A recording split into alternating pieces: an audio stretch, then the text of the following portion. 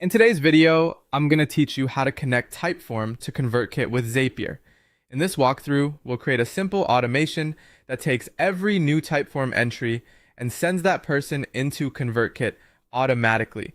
This is a great way to save time, reduce manual work, and make sure new leads or subscribers are added to the right place as soon as they submit your form. Start by opening Zapier and creating a new Zap. The Zap is simply the automation we're building.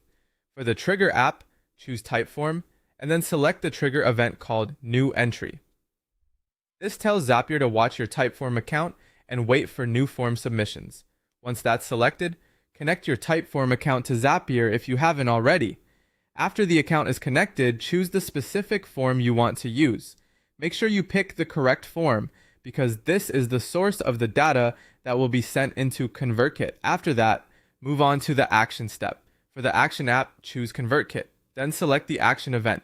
Add subscriber to form or tag. This is the step that takes the information from Typeform and adds that person into your ConvertKit audience in the exact place you want them to go. Depending on how your ConvertKit setup is organized, you'll choose the appropriate form or tag that should receive new subscribers from this Typeform.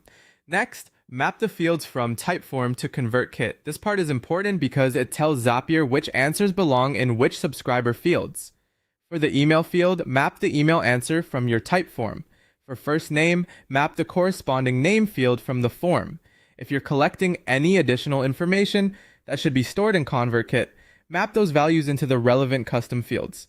Take a moment here to double check that each field matches correctly, since accurate mapping helps keep your subscriber data clean and organized. Once everything is mapped, test the action. This allows Zapier to send a sample submission into ConvertKit so you can confirm that the subscriber is added correctly and that all the information appears where expected.